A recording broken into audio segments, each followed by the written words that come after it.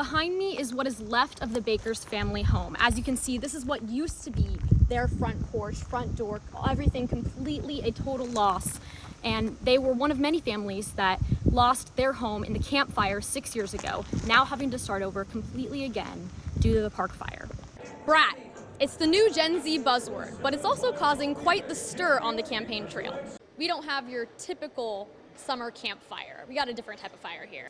With fire season in full swing, CAL FIRE continues to train pilots on how to fly helicopters like this one behind me here, which they say is an essential tool in fighting those flames.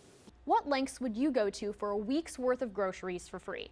For some, that may mean clipping coupons, but for others, that could mean stealing to get by.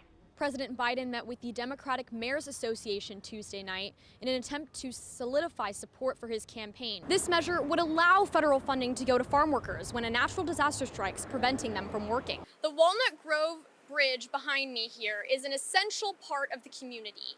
This bridge is well traveled, as you can see, with community members driving across back and forth, as well as big rigs delivering local produce. Now, imagine all of that traffic coming to a halt. That's exactly what happens when temperatures rise above 103 degrees, causing the steel in the bridge to expand, preventing the bridge from opening and closing properly. Incoming and hopeful Sacramento leaders say that people can expect to see some changes in how homelessness is handled. I'm currently standing outside the Stockton Police Department, where inside detectives are investigating an arson turned murder of a woman and 2 young children. Californians pay over $1 more in gas than the rest of the country, a cost difference experts say is due to statewide climate efforts, causing pain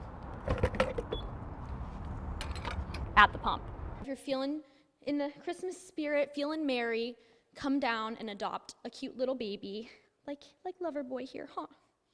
He stood out here and looked at the sky. He goes, "I'm not leaving. I can't do this again." When the evacuation order came, Ken Baker did not want to leave. He'd already rebuilt his life from the ground up, and he hoped if he stuck around, the flames would spare his home. But that meant saying goodbye to his wife of over 30 years, potentially forever. I thought that would be the last time because I know Ken. I knew he wasn't gonna leave.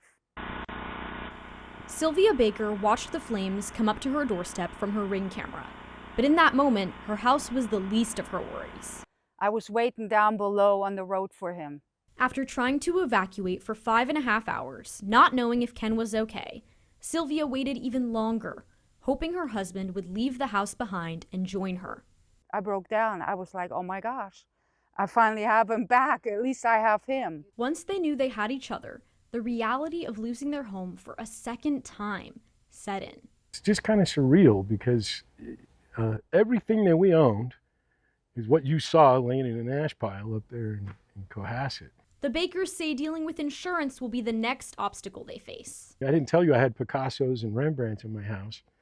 You're asking me how many pairs of underwear I had in my drawer and when did I buy them and where did I buy them and how old were they and how much did I pay for them and hell, who keeps a receipt for a pair of underwear? Ken and Sylvia don't even have their wedding rings. Lost in the Camp Fire in 2018, they haven't had the chance to replace them. Between the two fires, they've lost every family heirloom they owned. Anything that is part of our heritage, something that would be passed down from father to son, daughter to mother to daughter kind of thing, is gone. Despite everything they've lost, they stay positive because they have each other. There's more to be grateful for than to be unhappy about. For now, they will sift through the rubble and pick up the pieces of their lives together.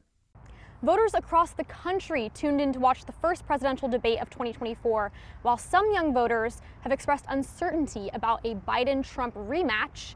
Some Sacramento young Democrats that I spoke with say a vote for Biden is a vote for saving democracy. Watching anxiously, this group of young Sacramento Democrats tuned in Thursday night to see how their candidate would perform.